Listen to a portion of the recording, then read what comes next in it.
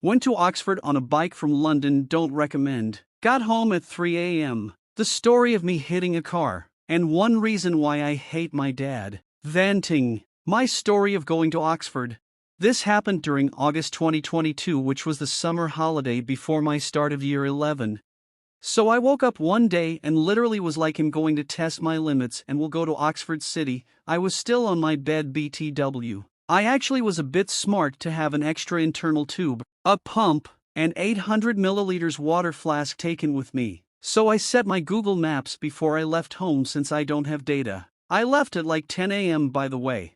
I then hit the road and it was 62 miles to Oxford, which was predicted to be 6 hours. I was feeling alright at the start. I had so much energy. I could easily pedal on the steepest roads. I felt so powerful. I don't know why I was surprised that there were barely any footpaths near the highways. Google Maps led me to some crazy roads. Some of them weren't even asphalt. They were just gravel, sand and mud. When I hit 20 miles, I got thirsty and realized how bad I fucked up. I only had 800 milliliters of water. No food, no internet. I even thought that the emergency number was 911, not 999. So my plan was to take a sip every 10 miles. I took more, for obvious reasons. When I was going on the way to Oxford, I seen so many interesting things, but my highlights were seeing a scene being filmed. It was in the middle of a desert-like area which had almost no vegetation and it was very dry. There were few police and paramedics as well as their vehicles. I was stopped by the team and was asked to wait until the scene was filmed. I was just spectating until I was let off. It was a very interesting TBH. I wish I recorded it, but I was scared to be told off. Then I saw a blocked road because there was work on it and I was thinking, should I go back considering I had 20 miles left? But then I realized I can't go back because I had no internet. So then I just carried on. Though the asphalt was fresh, me going on it didn't impact it though. The workers were reopening anyway, but I got early access from them. Eventually, after 7 hours and 30 minutes, Google needed to do better with predictions. I got to Oxford City, not to my destination, just the city's outskirts. So had to go for a bit longer to the inside, but I did not enjoy it as much as I could have, because I was hungry and thirsty. It was almost 6 p.m. and I was thirsty as fuck. I was hungry. Went around to look for a water fountain, but there were not any. I got some water anyway. I don't know if I should say from where, but it was from a toilet sink. Please don't judge, I was thirsty. I also took some water leftovers from a bench on a local park. I was so desperate.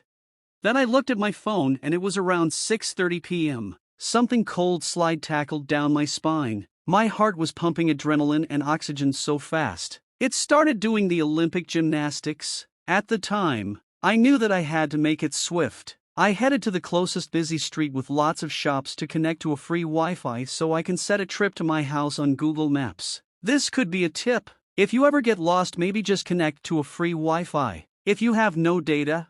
I then started to head home with somehow a lot of energy again. I knew it was the adrenaline effect when I saw 58 kilometers per hour on my speedometer. I was Usain Bolting. When I had like 40 miles left, I got so tired. I was shivering so hard. The idea of food was slowly digesting my brain. So I decided to go to a random person on the street and ask them if they have anything to give me to eat. Everyone I asked, they all got scared like I'm gonna do something to them. Like, bro, I'm just hungry. Unfortunately, they all said no. At that point, I was thinking about sleeping and carry on the next day, but I had to take responsibility for my actions, I guess.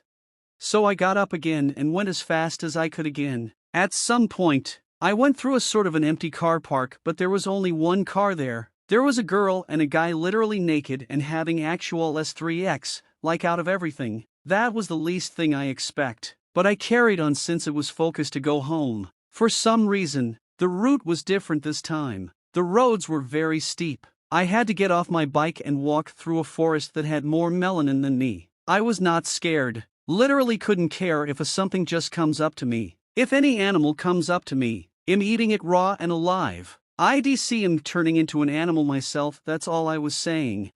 Then, at some point, the road was easy to cycle on. Most of it was downhill. You would never understand how happy I was. It was a blessing. Around 11 p.m. when I got to Slough, The comfortability I felt when I got to that city or town, whatever it is. When I saw a guy on a bike and his friend walking near him holding a ball, I felt a surge of danger through my veins and my heart pick up itself up from the bottom of my stomach and rise like a beach ball in a swimming pool. I got scared as I hear about how dangerous slew is. I mean, I could write all I knew about it on a baby's finger, so I guess it was a bad assumption. When one of them saw me, he was like, "WTF is that?" He was shouting it out loud too. The other replied with, "WTFFF is that? Like WDYM WTF. Never seen someone cycling before. I'm assuming it was because my clothes were as wet as the Titanic. I had no jacket BTW. I felt more comfortable when I saw lights again in the city, but the thing is, my phone was dying at that point, literally my worst fear. Well, there is one more.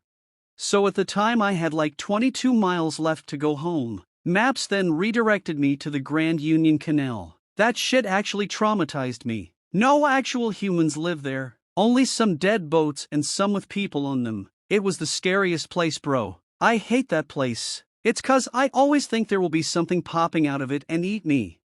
As I was cycling, my internal tube bursted somehow. I had 18 miles to go. My actual worst fear. Like WTFFF. Why now? Luckily, I had anther tube. I took off the tire off my bike and started replacing it. I ripped out the old one of the tire, didn't have time to take it out ethically. I then popped in the new one and went for like a mile until I discovered the new one also bursted. It was because the thing that made the first tube burst wasn't taken out of the tire. So it harmed the second one too. At that point, I was so over it. I felt like I owned that canal. Couldn't give a fuck about what else would happen if I walk. So I had to walk 16 miles something for almost 4 hours and got home at almost 4 a.m. I couldn't believe my eyes when I got home. I was so exhausted. I couldn't properly walk for like the next 2 days. My dad didn't ask about where I was as we have a dysfunctional relationship. He doesn't care, but my mom was kinda mad. So a punch of guilt finished me and put me to sleep for the next 12 hours. Not to mention that this was part of my journey of losing weight and get down to 75 kilograms from 94 kilograms during the summer holidays, which was around a month period. I ended up getting to 78 kilograms, which was an okay progress. That was my last journey for a while on my bike as the tire and the internal tube were basically finished. But I fixed it again. How I hit a car and why I hate my dad.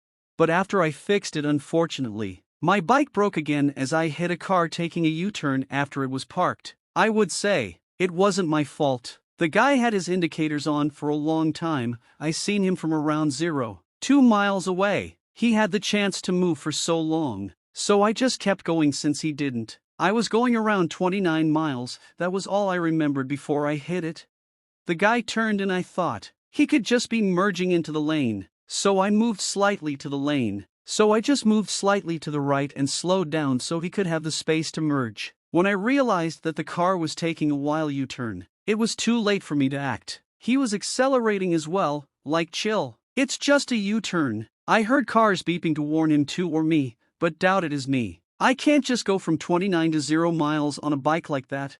But YH. Somehow, I did not get hurt. I found myself standing in front of the car and saw my bike under the front tire of the car. When I saw how bad the front wheel was fractured, I wanted to cry TBH. And somehow there was a medium-sized dent on the car. Though, I don't remember hitting the body of the car.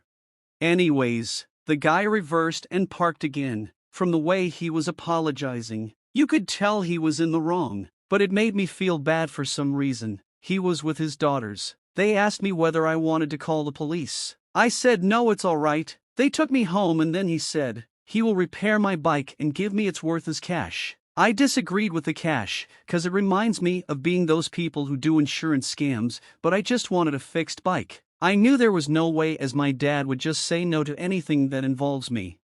So I had to act like I did not want it to get fixed or anything, so we rejected both offers. We then went inside the house. We didn't talk about it. The guy then came few hours later with lots of sweets, foods and basically a variety of everything. My dad also rejected everything, but took only the small things. I personally liked the guy because he tried everything he could.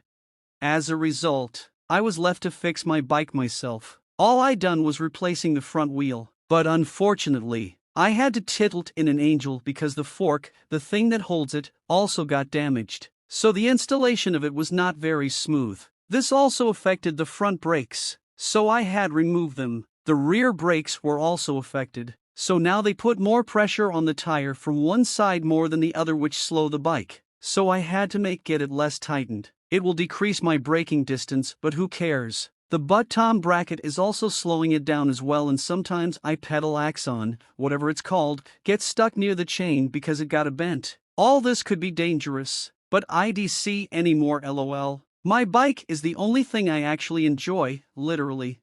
It provided me with all the happiness I had, but my dad just simply rejected all these offers to fix my bike. That's why I hate him. He never talks to me anyway.